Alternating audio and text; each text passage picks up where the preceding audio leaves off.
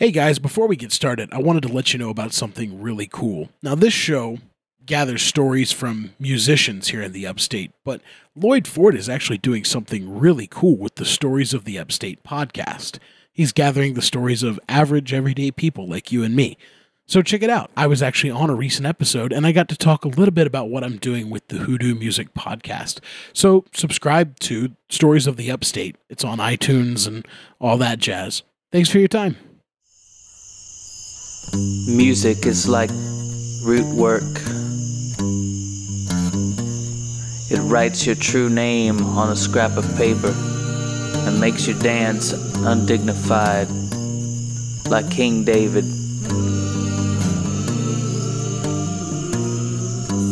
This is the Hoodoo Music Podcast.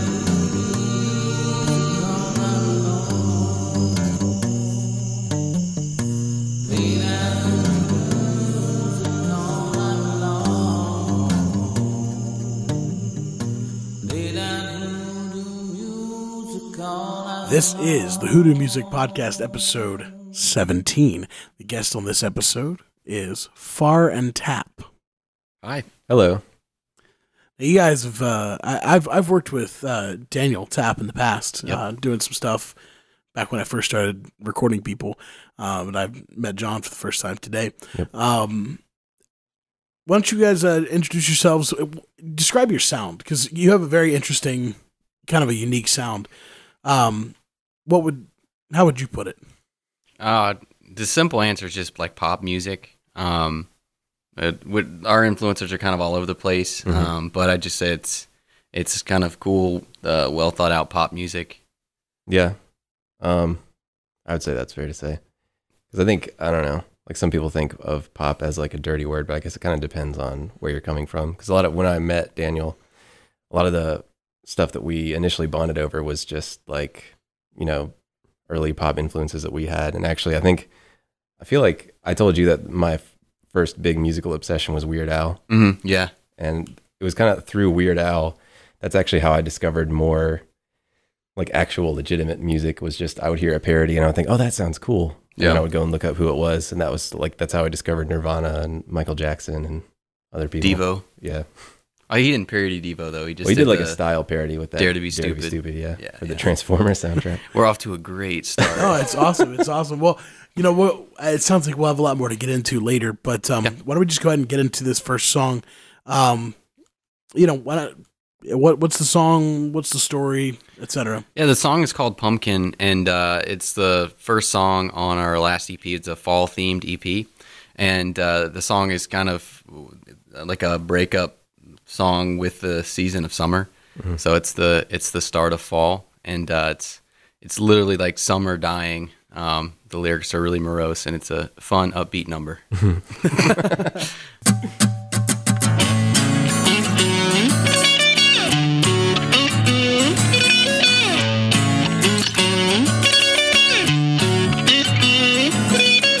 trees fall to the ground, seagulls plummet and drown. You talk way too loud, you talk way too loud.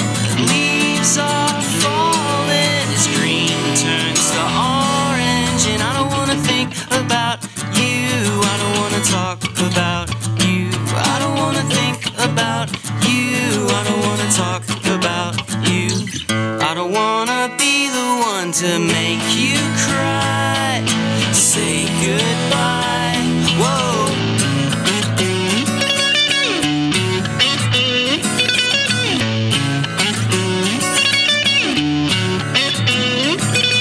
Memories of before, scattered across the floor, sea of Polaroids and a pumpkin at the front door. Embrace the cooler air in the shorter days. Gave my heart all to the fall, no matter what they say.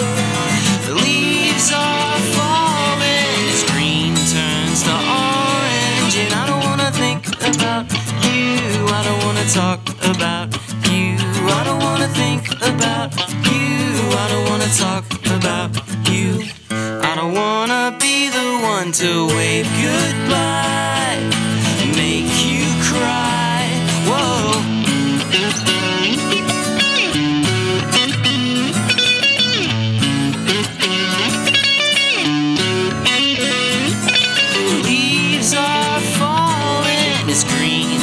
turns to orange.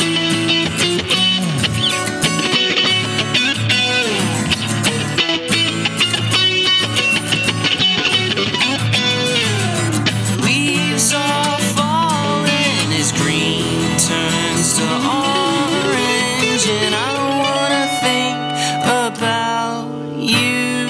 I don't wanna talk about you. I don't wanna think about you. I don't wanna talk about you. So that one was called Pumpkin, yeah? Yep, Pumpkin. Okay, we did a video for that one. It's available on the YouTube channel for this show.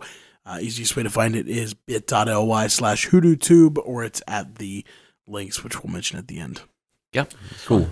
So, yeah, how'd you guys meet? Just through mutual friends. I think everybody in Greenville who plays an instrument, there's like this weird social circle, so everyone knows everyone. And I remember meeting John. I think it was at like Bricks. It was just a bunch of friends together, and somehow I think Michael Jackson or something had come up, and that's the first thing I remember geeking out about with you, was Michael Jackson. And I remember you had like a Ghostbusters T-shirt on too. Oh, And yeah, this is starting to get almost okay.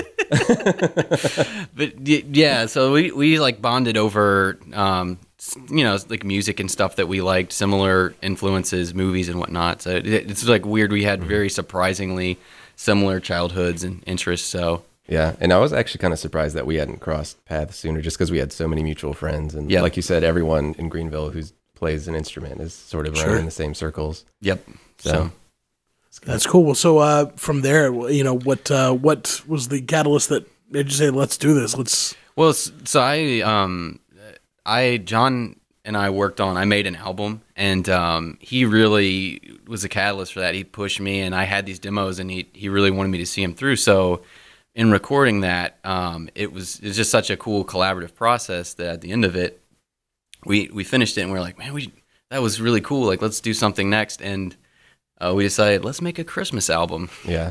So I think what it was another thing we bonded over, was just having played in bands that were fronted by other people, or just had more of like a pre-decided sound. We felt like we both just had almost this like nervous creative energy to do just really kind of weird out there stuff, and not trying to be like self-congratulatory about the way that our music sounds or anything, but I think it was just the thought of like, well, why not? Yeah. Like, I didn't know anyone else who wanted to make a Christmas album, but I've always wanted to do that. That was definitely a bucket list thing for me. Yeah, for sure. I think like the older I get, like that, I look at things like risk reward, and when you're playing music, when you have a collaborative relationship, there's rules, that things you can, like if you're this type of a band, you can't do this, that, or the other, and we truly just went in with a blank canvas, and like a song could be a Thomas Kincaid, or a song could be like a Van Gogh. There was no, if you want to have a robot flute solo, you have a robot flute solo. So which we do.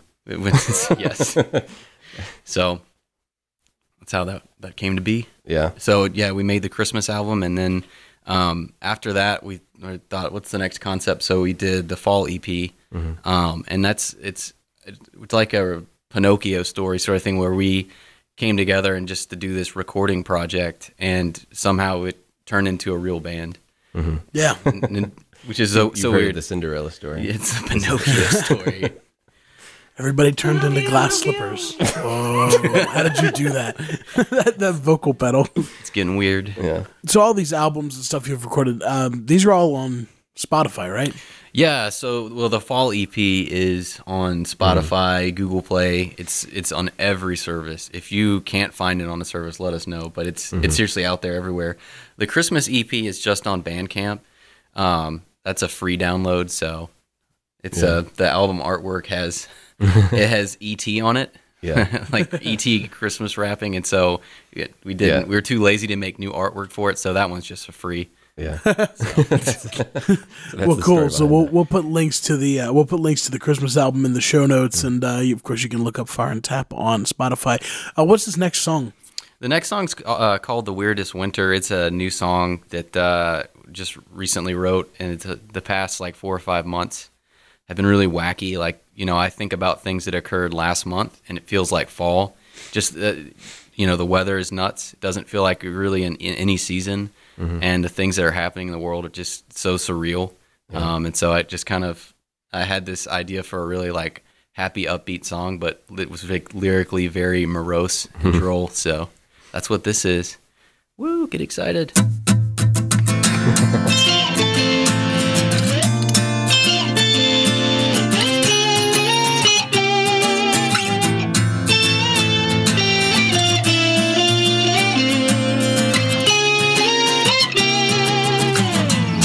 Yourself a warm rosé, starting the day, tuning out the socio-political, taking your pets down to the park, bored in the yard, living in the time the weirdest winter. The wind is blowing, the great unknowing beings control your thoughts and actions. Oh yeah. Men living in the time the weirdest winter. Apocalyptic visions cast straight from the moon. And at night the owl sing all out of tune. Hopping along the dismal trail, evil prevails. Day is night and night is day, you shiver. Everything you know and love a wither. Living in the time the weirdest winter. The wind is blowing, the great unknowing beings control your thoughts and actions. Oh yeah, Chamberlain, living in the time the weirdest winter.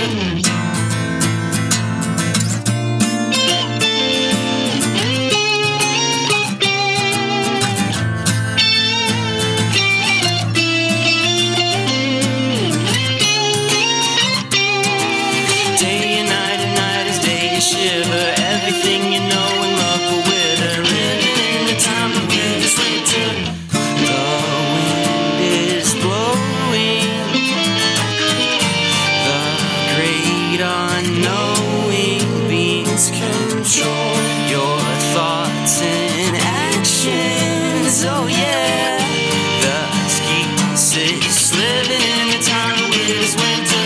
Yeah. That, I mean, the song has some pretty bizarre lyrics, but it's I just remember I go on like daily walks or whatever, and the melody had come to me. I was like, this is a really cool, like kind of upbeat, I almost felt like Mario Kart-ish sounding melody, and then I walk back in the office and I'm like talking to these people, and they're really into like InfoWars, watching all these videos about like the Illuminati and stuff, and they're great, like awesome people, but they're like psyched to see the world end, you know, and like just, and so I thought it'd just be awesome to have this song that's just like really like breezy and upbeat, but about, you know, like lizard people behind the curtain. Just send it to Alex Jones. You know, He loves it. Yeah, I'm sorry, but I love how he does that thing. He like apologizes and then he throws stuff. Yeah, it's amazing. But yeah, yeah, exactly. that's really a new theme. That's something that because we're working on a new album is just at least like I don't ever fancy myself a pure lyricist. I'm much more into setting a vibe. Sure. But as I'm writing stuff, as I've turned into a real adult man, who the stakes are higher. You know, I have a kid now and whatnot. Like I feel like consumed by the idea of death and destruction and stuff. So yeah. The melodies, like I can set these happy-go-lucky vibes that I can't escape writing songs that are like just doom and gloom, and I think it's kind of fun to have lyrics that don't necessarily, you know, match the musical mood. Well, you know, so that's cool though. But you draw lyrical inspiration from, you know, just whatever almost. Yeah, for sure. So yeah, and not just lyrical inspiration, but I think also because we've talked about this before, a lot of what drives us and inspires us in the songwriting process is not even necessarily like listening to other music, but it's maybe like watching a movie or a TV show or something like. Sure. I'm like The Dark Crystal and Suspiria. Those are two of my favorite films, but I think about those. I don't ever think about them. Like Suspiria, have you seen it? No, I haven't. Okay, but I can't tell you what the plot to that movie really is. It's just so like visually exciting, and it has a great score to it. And I almost feel like that's kind of what I end up doing, is like just creating a good mood But I am putting more of an emphasis on the lyrics because, like you said, it's kind of fun. I like the playful aspect of, maybe the lyrics aren't meeting the expectation. Yeah. You think you're listening to this upbeat song, and then there's lyrics about lizard people. Yeah, I think that's also one of the things I like about this particular partnership is like I feel like I just draw confidence from him to write whatever occurs to me because I've always because I started on guitar and I was just an instrumentalist and lyrics were always sort of a secondary thing for me. It was hard to, I would just sit down and be like, okay, I've got this music. So what do I sing about? What do I have to say? But it was just a weird way to approach it where I was always drawing a blank. And then it was like, I met this guy who was also into these, like funny TV shows or movies or whatever it is. And we would just talk about this stuff. And like, I was getting really into like Star Trek, the original series. And I was like, would it be weird if I wrote songs with lyrics referencing that? And he's like, no. Nope. Be awesome. Yeah. Well, what other things do you draw influences from? What are kind of like the influences that help you shape your sound? Like what are the things that you call upon? I mean, I'm a very nostalgic person. Mm-hmm. So a lot of the stuff that I think that like the songs sound like probably. I mean, I name dropped Mario Kart earlier. Mm-hmm. It's not necessarily like a certain band or artist, but even just like movie soundtracks. Mm-hmm. I don't know. Yeah, trying to think specifically of bands or artists. I really like Joe Jackson and Steely Dan. I don't know if I'm like getting really old and goofy with those references, but those guys like were making cool poppy music, but lyrically, Joe Jackson in particular was just like kind of out there. And so I think I look at those are kind of my heroes. Yeah. Killer songwriters, but they're just all over the place with the lyrics, and like you can allow yourself to be funny. Mm-hmm. Yeah, no, I kind of go through phases too. I think most recently, I've been listening to a lot of really like moody '80s like synth pop and stuff, like Tears for Fears and Depeche Mode and The Cure. And I think I don't know, it's just kind of It's more, it serves me more to just get in the right headspace. Like I'm not sitting down consciously and thinking like, I want to write a song like The Cure. But I mean, like listening to it just kind of like sparks something in me to go do something else. And I've never really, when people hear music that I've written and they make comparisons, like, who you sound like, it's always someone that I've like never even heard of. So it's at least a relief to know I'm not like directly ripping off all of my heroes or whatever. Sure. The music I listen to like most of the time too, is like does not inform that kind of stuff that I'm writing. Lately, I've been really I've like gotten into rap. Yeah. And yeah, if anything, like, some of the people that I listen to, they do kind of some cool, bold stuff.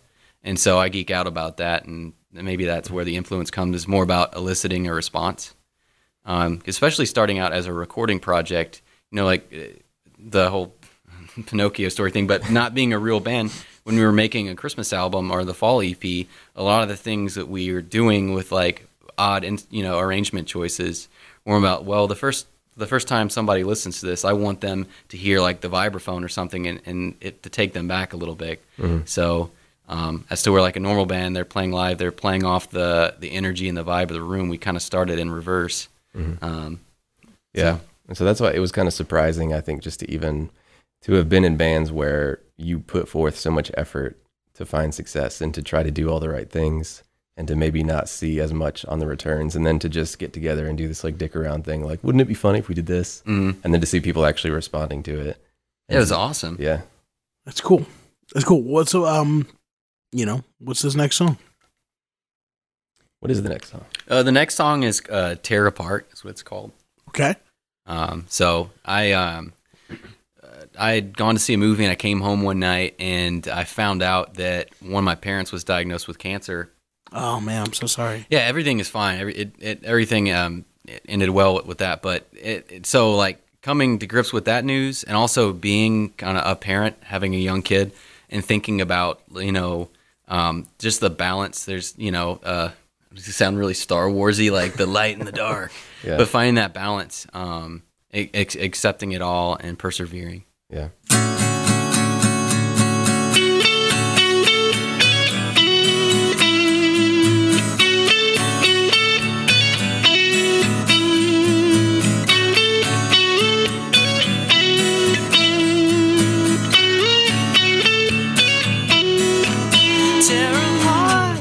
decomposing, falling towards the abyss. And you're closing in on telling friends ignorance is bliss. Melt down, amalgamate the halves of your brain, and accept the diagnosis without yielding to the pain. Come on and beat to the rhythm of the yin and the yang. Come on, repeat affirmations till the end of the day. Tear apart all the pieces that you can't fit. Tear apart all the reasons that you wanted to quit. Tear apart when the darkness comes for you.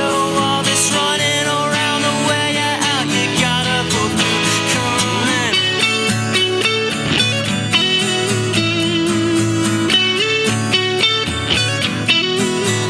Tear apart summer nights consuming cathode rays, and you're taking flight into the night. The masquerade melts down, amalgamates the source of the pain, and accept the prognosis without destroying your brain. Come on and beat to the rhythm of the yin and the yang. Come on, repeat affirmations till the end of the day. Tear apart all the pieces that you can't fit. Tear apart all the reasons that you wanted to quit. Tear apart when the darkness comes for you. All this running around the way you're out, you gotta go through. All of the time you spend in the morning, all of the time you spend in the evening, all of the time you spend in the morning, all of the time you spend in the evening now.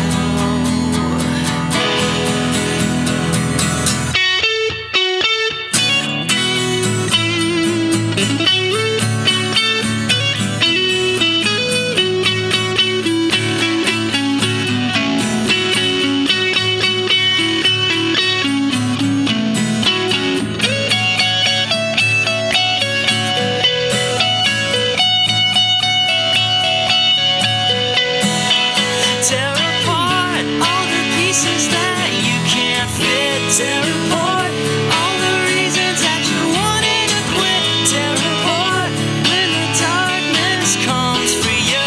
All this running around the way you're out, you gotta pull through. All this running around the way you're out, you gotta pull through. All this running around the way you're out, you gotta pull through.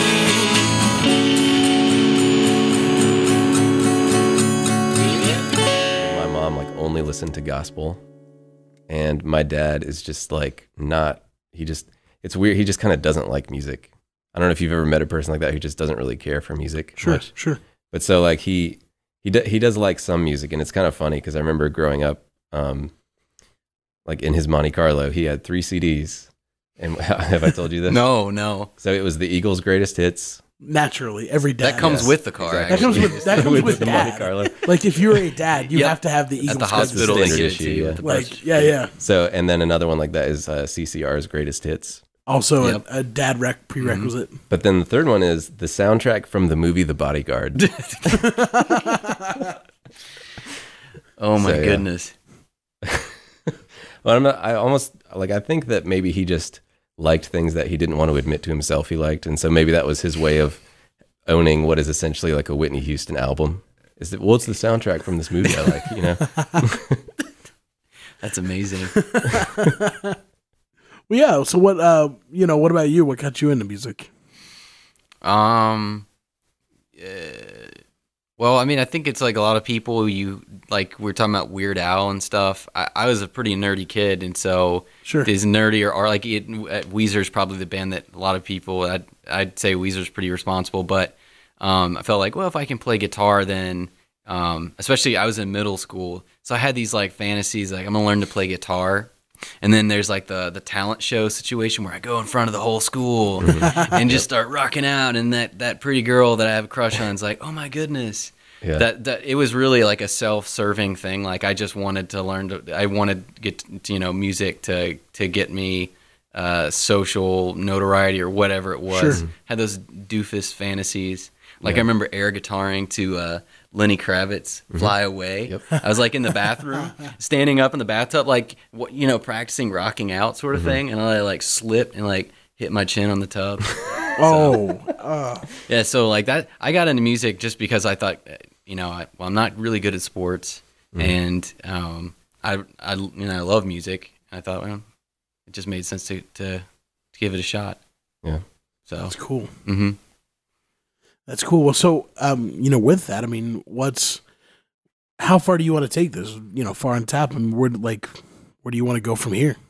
Well, yeah, I mean, nobody starts with the Christmas album, Yeah. and so it's a really like odd. It's an odd trajectory, but no, I mean, we're making a new album right now, and we're playing shows and stuff. So, we want to be a real band. Yeah. And that's one thing that I like about this is I feel like there are just no real, this sounds very unambitious, but there are no expectations. Yeah. What's going to happen. So like if we just want to make, this album I feel like is more of it is an attempt like to have a fully fledged, like actual all encompassing album. It's not seasonally themed. It is like very loosely themed, but, So you're in this for you. You're doing this because this is your catharsis. This is something you just want to do. It's not. Oh yeah, there's no like end I would goal. say that's fair. Yeah. Well, necessarily. No. I just hope people enjoy it. I mean, I geek out so much making music. Yeah. The experience, like I know a lot of people actually don't like to record. They like to play the shows, but I like recording and trying things out. And so I have those moments where I get geeked out about I said like a robot flute solo or something. We were doing a song and I was like, it'd be really cool to have this like these marimbas and xylophones. So to be able to he's so good at arranging stuff, to be able to do that, I geek out about it. And so when I hear that people enjoy it, like that's all I care about. Yeah, that's kind of the exciting part of it, because I think like coming together and playing this stuff, part of it was just like the desire to make the kind of music that you yourself would really like to listen to. Yeah. Like I said, I almost wish I could like remove myself and listen to these, because I feel like I don't know how big our demographic is, but I would be like super into these albums if I weren't. Yeah. Shout out to I think we have one fan. So At least shout out to one. Patrick. Patrick Dunlap. Yeah, you're the man. Yeah, he was handing out the copies of the Christmas EP a few years ago when it came out. Yeah. So, It's just like the world is such a weird, mixed up like place. And so I think my only goal is to be like an agent of joy, We only like time is such a commodity, and I just want to geek out about music, and I hope that people, feel the same way when they hear the songs. So, Well, you had one more song. yeah. What's this one? yeah, this song is Harvest Waltz. Actually, John is the primary songwriter, so I'll let him elaborate. I liked this one, but it's just my interjection before you get into it. I like this one. It reminded me a lot of like Anathallo or Sufjan Stevens, that sort of thing. It's awesome. Yeah, I was on a big Sufjan kick a few years back, so that was probably subconsciously leaked into my brain for sure. Nice. But I'm not ashamed to say that as a person who's not naturally, like I don't really consider myself a master lyricist or anything. So part of what I do is, because we had kind of decided that this was a fall themed EP, so I actually went on Wikipedia and looked up autumn, and I just started reading all these just to try to get some inspiration. It was like, so I was seeing, all these famous authors and poets who had written about it. And I came across, I don't remember who it was, but it had this analogy that sort of compared like the lifespan of a year macrocosmically to like the lifespan of a human being, where, to say you're born, that's like your spring. That's the spring of your life. That's when you're born and you start to grow. And then summer is more like adolescence. That's like this big, bright, like fun part of your life. And I guess where it really kind of hit me when I read it, it was like, yeah, I guess when you leave adolescence and young adulthood and enter like legitimate adulthood, that's sort of like the fall of your life. And that was kind of how I felt. And I think that was also one thing that we agreed on going into this. That's just sort of how it feels like, in general in life, to be in your 30s. And it's, you're not old by any stretch of the imagination, but it's, you're on the back end now. Not to say like it only goes down from here, but yeah, this is starting to get really depressing. But just I don't know, as a kid, I never liked fall. That wasn't really one of my favorite seasons, because for one thing, it meant going back to school and summer's ending and all the leaves are falling, and it was this sad thing. But I think the older I got, the more I was able to sort of appreciate, that part of the cycle. So in this song, I think I was just trying to use any kind of language to be sort of evocative of that feeling and to be more expressive about it. I don't think it has any real like literal meaning, so I wouldn't read too far into it. But yeah.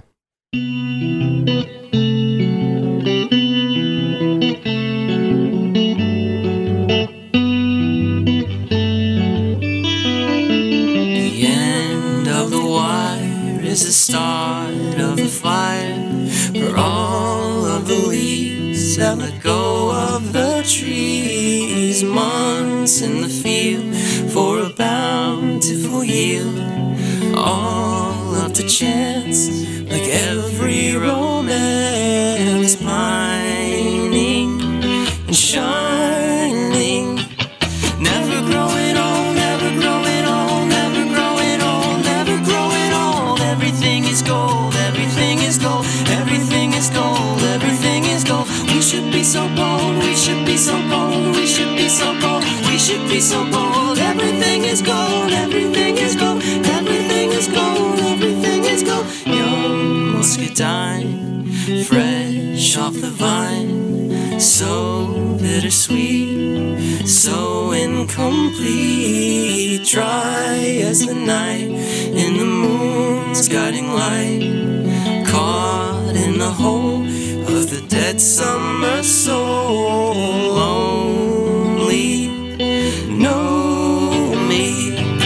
Never growing old, never growing old, never growing old, never growing old. Everything is gold, everything is gold, everything is gold, everything is gold. We should be so bold, we should be so bold, we should be so bold, we should be so bold. Everything is gold, everything is gold, everything is gold, everything is gold.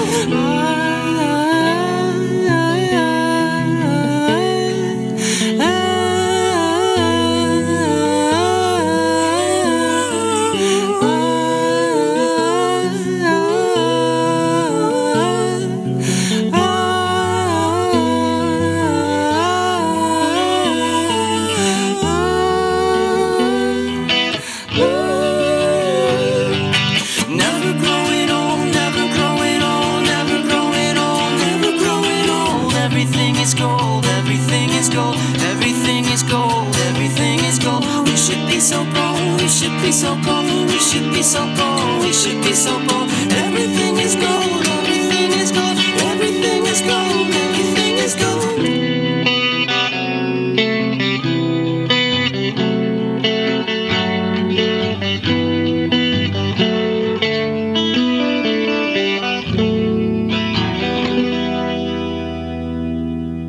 So where can people find you online? Like, you know.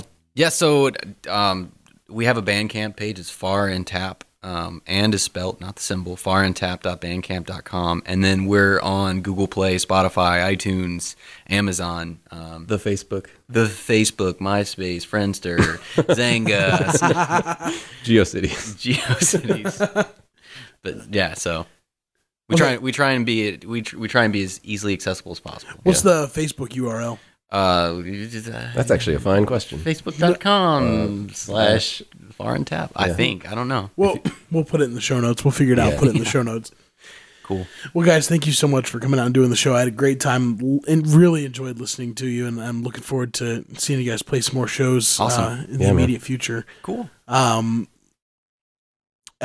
like you said, everything's available on Spotify, iTunes, all that kind of stuff too? Yep. All the different streaming services. So cool. Well, make sure you check out Far and Tap on Spotify or wherever you listen to music on your day-to-day whatever. This podcast is available on iTunes, Stitcher, Google Play, and pretty much every other podcast platform. Easiest way to subscribe is go to bit.ly/Hoodoo Music Podcast. If that's too hard to remember, you can try YOLO420.com/local band swag. That is a real link, and it really does work. YOLO! YOLO! YOLO! God, I love that pedal. I need one. Use that link, and you can follow the show on Twitter, Instagram. On Twitter and Instagram, I'm at Mark Jones Audio. You can find the Facebook page for the Hoodoo Music Podcast and links to the YouTube channel, etc. Until next time, thank you so much for listening to the Hoodoo Music Podcast.